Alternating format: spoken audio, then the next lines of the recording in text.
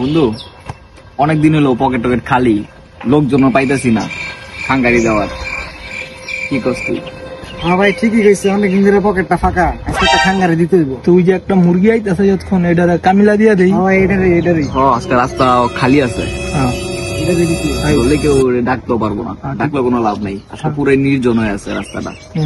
তাইলে হ্যাঁ আইতাছে যতক্ষণ খারাপ। ঠিক আছে, ওই মালদারে ধরি। ওই হ্যাঁ ভাই, কি ভাইজান আপনার এলাকায় আসলাম ঘুরতে, ওই জায়গায় 4-5টা পোলা বানা ধরলো, দইরাই পকেট হাত দিল, যাই মেজাজটা যে খারাপ হয়েছে, উড়া ধুরা ঘুষি মারলাম একটা 4-5টা, তো 4-5 দিকে গিয়ে পড়ে গেছে গা।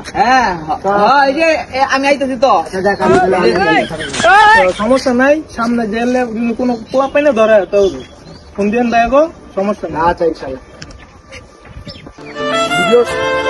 এ বন্ধু সবাই ভাবলাম কি হইলো কি, ভাই এটা কি হইলো, আলাই কইলো কি আর হইলো, মুলাদ বুঝ দেখে গেল গা, মালটা ভাবছিলাম দইরা মনে কর যে ফিটিংটা দিই দিন না দিন পকেট নিজেই মনে কর যে বাইরে পড়ে গেল, আমরা নষ্ট হয়ে গেছি, কিছু করেন না। কপালের নাম আবার গোপাল। তোরা গেলি কাকে, তোরা তা ধরবি না। আর যে কথা উড়া দূরে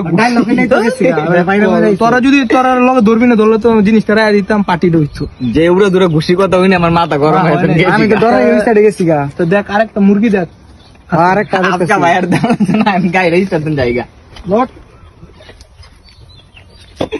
ভিডিওটি ভালো লাগলে অবশ্যই আমাদের ইউটিউব চ্যানেলটিকে সাবস্ক্রাইব করে সবসময় পাশে থাকবেন ইনশাল্লাহ।